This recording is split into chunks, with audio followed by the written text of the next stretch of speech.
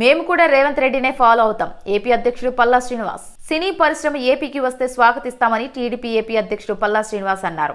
ఏపీలో shooting spots ను ప్రోత్సహించాలని ఆయన తెలిపారు. పవన్ కళ్యాణ్ కూడా ఇదే అభిప్రాయాన్ని వ్యక్తం చేయడంపై ఆయన హర్షం వ్యక్తం చేశారు. సంధ్యా థియేటర్ ఘటనపై మాట్లాడుతూ పల్లా శ్రీనివాస్ ఇంటెలిజెన్స్ విభాగం వైఫల్యంపై విమర్శలు చేశారు.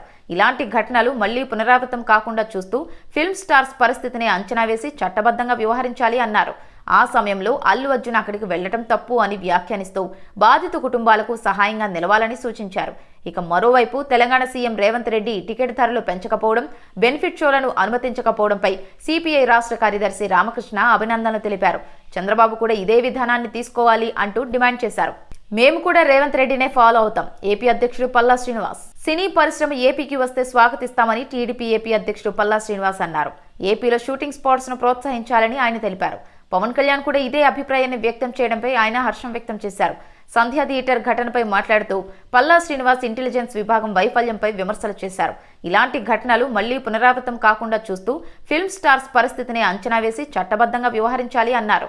ఆ సమయంలో అల్లు అర్జున్ అక్కడికి వెళ్లడం తప్పు అని వ్యాఖ్యానిస్తూ బాధిత కుటుంబాలకు సహాయంగా నిలవాలని సూచించారు.